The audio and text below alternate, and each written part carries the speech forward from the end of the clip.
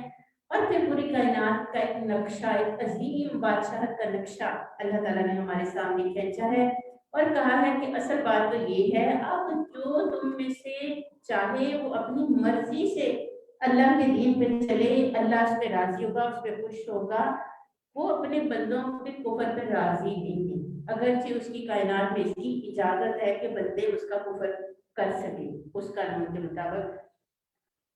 إِنَّهُ عَلِيمٌ بِذَاتِ الصُّدُورِ، تو سینوں کے اندر کیا نیتیں ہیں، کیا ارادے ہیں، کیا خیالات ہیں، اللہ ان سب کو جانتا ہے۔ وَإِذَا مَسَّ الْإِنسَانَ ضُرٌّ، اب وہ جو دوسرے غیر اللہ ہیں، کیوں انسان ان کے قریب جاتا ہے، کیوں یہ چاہتا ہے کہ یہ ہمیں اللہ کے قریب کرنے والے بن جائیں، اور کیونکہ وہ زندگی کی مشکلات میں یہ سمجھتے ہیں کہ وہ ان کے کام آئیں گے۔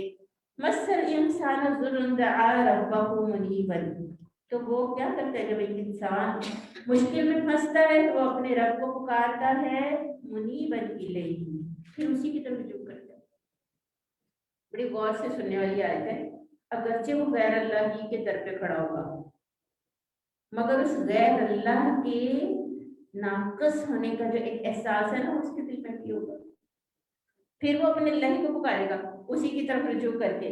اذا قبلہ نعمت منہ نسی ما کان یدعو الیہ، اور جب وہ اس کو عطا کر دیتا ہے اس کی نعمت تو وہ بھول جاتا ہے کہ وہ اس سے پہلے وہ کس کو پکار رہا تھا، من قبل، اس سے پہلے۔ وجعل للہ اندادا لیضل عن سبیلہ، اور وہ اللہ کے علاوہ دوسروں کو معبود بناتا ہے تاکہ وہ اسے اس کے سیدھے راستے سے بھٹکا دے۔ قل کہہ دو، تمتع بکفرک قلیلا، اپنے کفر سے بس تھوڑا سا فائدہ اٹھا لو۔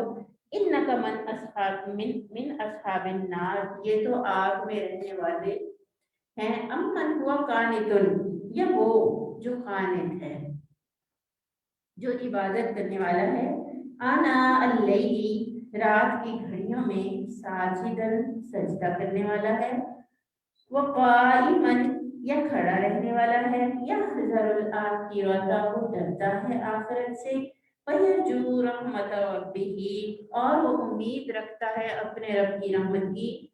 قل کہہ دو، هل يستوي الذين يعلمون، کیا برابر ہیں وہ لوگ، یعلمون جو علم رکھتے ہیں، والذین لا یعلمون، اور وہ جو علم نہیں رکھتے، انما یتذکر اولو الالباب، بے شک نصیحت پکڑتے ہیں صرف عقل والے۔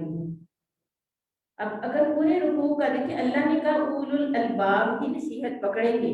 ہم اردو میں یہ لفظ بولتے ہیں نا کہ اس کا لب لباب کیا ہے، اس پوری بات کا لب لباب کیا ہے، اس کی اصل بات کیا ہے۔ تو اگر اس پورے رکوع کو آپ دیکھیں تو اللہ تعالیٰ دراصل ہمیں کیا سکھانا چاہ رہے ہیں، اس کا پورے اس کا رکوع کا لب لباب جو آپ کے ذہن میں بنتا ہے کوئی، کیا سکھانا چاہ رہے ہیں اللہ تعالیٰ؟ جتنے بھی یعنی عقیدہ توحید، اور عقیدہ توحید ایسی چیز ہے کہ آپ اس کو پوری زندگی میں سیکھتی رہیں گی نا، اور یہی وہ پودا ہے، یہی وہ بیج ہے جسے لے کے رسول کریم صلی اللہ علیہ وسلم غار حرا سے اترے، ہے نا، یہی وہ کلمہ لا الہ الا اللہ۔ آغاز جس فرد نے اپنی تربیت کا آغاز عقیدہ توحید سے کر لیا، گویا وہ صحیح پٹری چڑھ گیا۔ ہم ساری زندگی شرک کا لفظ نہیں سننا چاہتے کہ ہمیں یہ کوئی نہ بتائے کہ تم یہ شرک کر رہے ہو یا نہیں کر رہے ہو۔ ہم پوری زندگی یہ نہیں سننا چاہتے، ہم یہ نہیں جاننا چاہتے کہ میری پوری زندگی شرک پہ گزری تھی۔ ہم صرف اچھی بات سننا چاہتے ہیں، کسی کو تنقید، ایسا کوئی نیگیٹو کمنٹ ہم اپنے اوپر نہیں لینا چاہتے۔ لیکن میری عزیز بہنوں بیٹیوں، ہمیں ہمارے عقائد میں، ہماری سوچوں میں، ہمارے اعمال میں شرک موجود ہوتا ہے، اور اگر ہم شرک کی صفائی نہیں کرتے، اگر ہم اپنے خیالات میں سے، اپنے ایمان اور عقیدے میں سے اگر شرک کی تطہیر نہیں کرتے، تو ہم گویا ابھی ہم نے ہائی وے کو پکڑا ہی نہیں ہے، جانا لاہور ہے مگر ہم گلیوں اور چھوٹی چھوٹی سڑکوں پہ گھوم رہے ہیں، ابھی ہم اس موٹر وے پہ چڑھے نہیں ہیں جو لاہور جاتے ہیں۔ یہ سورۃ الزمر میں بنیادی عقیدہ ٹھیک کرنا ہے، بنیادی بات کیا ہے؟ یہ کتاب کس نے اتاری ہے؟ یہ سورۃ زمر کس نے بھیجی ہے آج آپ کے لیے؟ کہاں سے آئی؟ آسمانوں سے۔ اس اللہ نے جو غالب اور حکمت والا ہے، دو صفات اللہ تعالیٰ نے بتائی ہے، غالب اور حکمت والا۔ وہ غالب تھا، وہ بالکل زبردست ذات ہے، وہ ایک بار کن کہے نا تو میں اور آپ ایسے 5 وقت کے پکے نمازی ٹھک اللہ کے آگے حاضر ہیں۔ کتنے بجے سورج طلوع ہوتا ہے آج کل؟ 6:56 پر فیصلہ آباد میں، ہے نا؟ تو کل آپ سنیں گی 6:55 پر وہ سورج کھٹ نکل آتا ہے جب اللہ پاک حکم دیتے ہیں۔ اگر اللہ مجھے اور آپ کو ایسا بنا دیتا نا تو ہم بھی ایک سیکنڈز کے حساب سے اللہ کے آگے اطاعت اور فرما برداری پورے دن اس کے لیے حاضر ہوتے۔ اللہ یہ کر سکتا تھا، مگر وہ حکمت والی ذات ہے، اس نے میرا اور آپ کا امتحان لینا ہے۔ یہ اس کی حکمت کا تقاضا تھا کہ وہ یوں کتاب اتارتا، مجھے اور آپ کو اختیار دے کر اس دنیا میں چھوڑ دیتا، اور پھر بھی چاہتا کہ جو اس کی پوجا کرے، جو اس کی عبادت کرے، جو اس کی پرستش کرے، وہ اپنی اختیار اور اپنی چوائس کے ساتھ کرے۔ وہ یہ چاہتا تھا نا، تو اللہ تعالیٰ کہہ رہے ہیں کہ اِنَّا أَنزَلْنَا إِلَيْكَ الْكِتَابَ بِالْحَقِّ۔ اب حق کہاں پہ ملے گا؟ حق کیا ہوتا ہے؟ سب سے ٹھیک بات، سب سے درست بات۔ یہ کہاں سے ملے گا؟ الکتاب میں، اور الکتاب سے مراد کیا ہے؟ قرآن عظیم۔ 10 بھی کتابیں آپ پڑھ لیں مگر فرسٹ ہینڈ نالج لینے کے لیے آپ کو اس کتاب کے پاس ہی آنا پڑے گا، اور یہ بتا کے کہ اگر تمہیں حق تلاش کرنا ہے تو وہ کہاں سے ملے گا؟ اللہ کی کتاب سے۔ تب کرو کیا؟ فَاعْبُدِ اللَّهَ، اسی کی بندگی کرو، عبادت۔ عبادت کس کو کہتے ہیں؟ اچھا میں اور آپ عبادت گزار ہیں، ٹھیک ہے، آگے آئی نا لہ الملک، اس کو بھولنا نہیں ہے۔ میں اور آپ عبادت گزار ہیں۔ آپ یہ کہہ سکتے ہیں کہ ہمارا پورا معاشرہ عبادت گزار ہے؟ عبادت صرف یہ بات نہیں ہے کہ 5 وقت کی نماز، نہ صرف روزہ، نہ صرف حج، بلکہ میرا کھانا پینا بیٹھنا اٹھنا، اور صرف میرا نہیں، میرے سارے خاندان کا، میری ساری سہیلیاں، میرا سارا شہر، میرا سارا ملک، اس ساری زمین کو ذہن میں لائیں اور اس آیت کو پڑھیں کہ اللہ جو کہہ رہا ہے فَاعْبُدِ اللَّهَ. تو ذرا سوچیں، چائنا کو سوچیں، یہود کے صوبے کو سوچیں. آپ کو پتہ ہے وہ مسلم اکثریتی صوبہ ہے چائنا میں، اور چائنا کے اندر اور صوبے کے اندر کیا کچھ ہو رہا ہے. کشمیر کو سوچیں، فلسطین کو سوچیں، امریکہ کو سوچیں. صرف یہ بات نہیں ہے اگر آپ کہتے ہیں اچھا وہ بڑی سویلائزڈ کنٹریز، کیا سویلائزیشن ہے؟ کیا انسان وہاں کا سویلائزڈ ہے؟ کورونا کے دوران وہاں جو دکانیں بند ہوئیں تو راتوں رات انہوں نے لوٹ لی. جب کورونا ہوا پاکستان میں اللہ نے رحمت کی، اس طرح کا ماحول نہیں بنتا، مگر کافر معاشرے میں کیا صورت حال ہے میں اور آپ سوچ بھی نہیں سکتے. تو ذرا سوچیں فَاعْبُدِ اللَّهَ. ذرا پوری زمین کو سوچیں، پوری زمین کو. کیا پوری زمین کو آسمانوں سے ان کا رب خطاب کر کے یہ بات نہیں کر رہا؟ کیا کرنا ہے؟ عبادت اللہ کی، صرف اسی کی پوجا، اسی کی پرستش، اسی کی غلامی. اگر میں کر رہی ہوں تو میں کسی کو کرنے بھی نہیں دوں گی، اس غلامی کی، اللہ کی غلامی کے اس راستے سے ہٹنے نہیں دوں گی. کسی کو اللہ کی نافرمانی بھی نہ کرنے دوں، نہ گھر میں، نہ باہر، نہ بازاروں میں، نہ شادیوں پہ. کیا ہمیں اپنی شادیوں پر، کیا اپنی فوتیدگیوں پر یہ فکر ہوتی ہے کہ اللہ کی نافرمانی نہ ہو جائے؟ اللہ کا لا جان لو جیسے اللہ تعالیٰ پکڑ کے جھنجھوڑ کے جگا کے کہہ رہے ہوں سنو سمجھو تو صحیح. للہ الدین الخالص، بندگی رب ہے صرف اللہ کے لیے خالص. صرف یہ نہیں، کسی کی بھی بندگی نہیں ہو سکتی، کسی کی بھی. اطاعت میں جہاں ٹکراؤ آئے گا، جہاں کلیش آئے گا، اطاعت کس کی کرنی ہوگی؟ اللہ کی. اطاعت کا پورا ایک نظام ہے، ترجیحات کا پورا ایک نظام ہے. لیکن دین کس کو کہتے ہیں؟ دین کو دیکھ لیں ایک دفعہ. ایک مطلب ہے غلبہ و اقتدار، مالکانہ اور حاکمانہ تصرف، سیاست اور فرما روائی اور دوسروں پر فیصلہ نافذ کرنا. دین. دوسرا مطلب ہے اطاعت، فرما برداری اور غلامی. اور تیسرا مطلب ہے وہ عادت، وہ طریقہ جس پہ انسان چلتا ہے. یعنی اگر آپ کی عادت ہی صبح 6 بجے اٹھنے کی ہے نا، تو یہ آپ کا طریقہ ہے، یہ دین ہے آپ کا. اگر آپ کی عادت صبح 4 بجے اٹھنے کی ہے تو یہ آپ کا طریقہ ہے اور یہی آپ کا دین ہے. اور آپ سوچیں کہ اللہ تعالیٰ کل انسانیت کو مخاطب کر کے یہ کہہ رہے ہیں کہ تم کسی بھی اور کی نہ عبادت کرو گے اور نہ کسی کی سیادت و فرما روائی کو قبول کرو گے، نہ کسی کا حاکمانہ تصرف تمہارے اوپر چلے گا، نہ کسی اور کا فیصلہ تم اپنے اوپر چلنے دو گے جو تمہیں اللہ کی راہ سے ہٹانے والا ہو. اور وہ دوسرے کیا کہتے ہیں جو اللہ کے علاوہ دوسروں کو یہ نہیں کہتے کہ ہم اللہ کی بندگی نہیں کر رہے. یہ اتنا بڑا ایک سوال تھا آپ یقین کریں کہ میرے ذہن میں کہ وہ یہ تو نہیں کہتے کہ یہ ہمارے اللہ تو وہی ہے، ہم اللہ نہیں ان کو بناتے، ہم خدا نہیں ان کو بناتے، مگر وہ ان کے پاس کیوں جاتے ہیں؟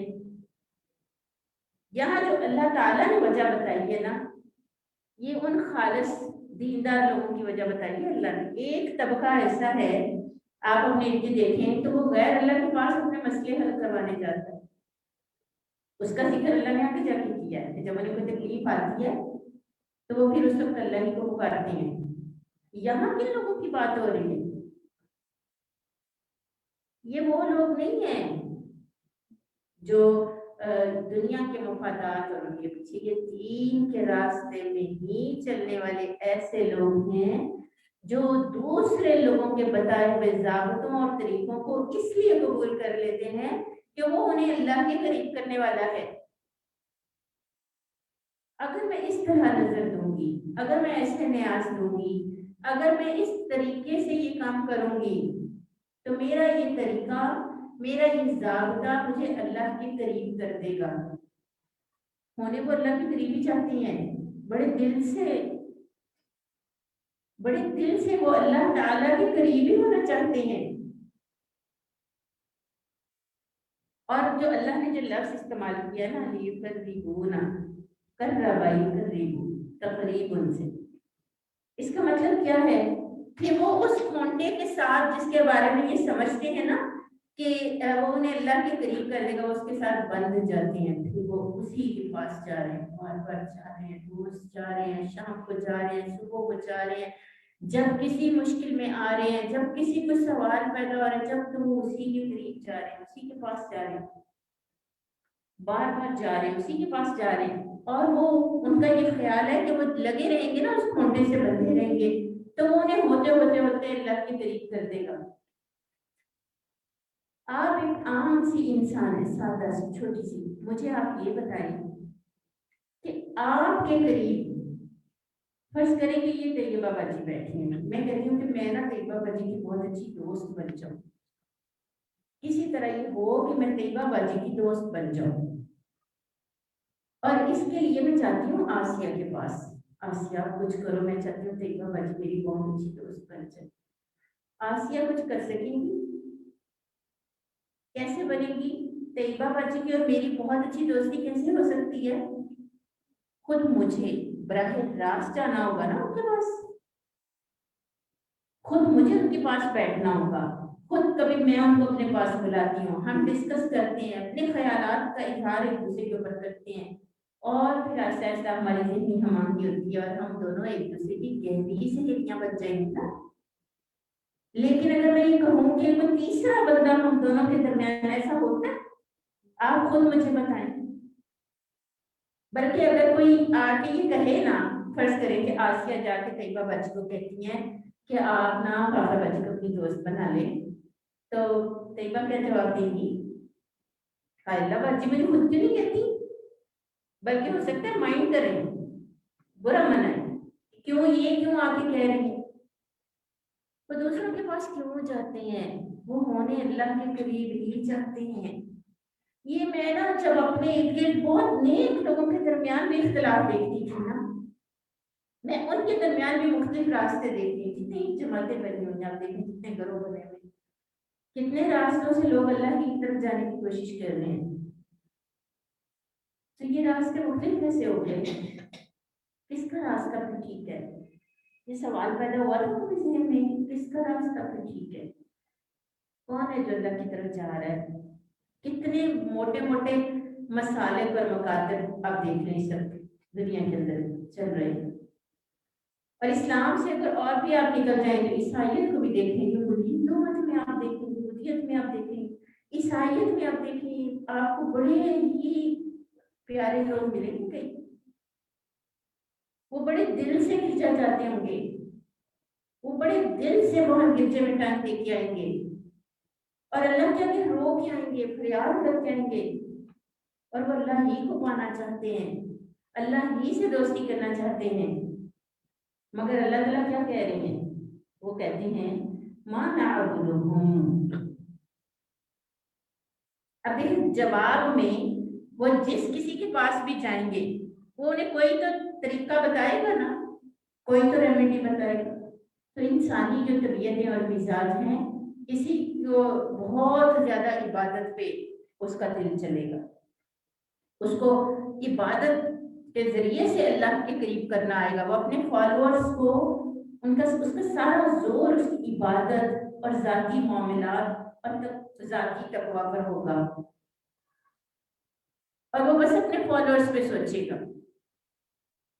50 لوگ اس کے پیچھے لگ گئے، 70 لوگ اس کے پیچھے لگ گئے، وہ بس ان کے لیے سوچے گا۔ اس کی سوچ ہی پوری زمین اور کل انسانیت تک کوئی نہیں جاتی۔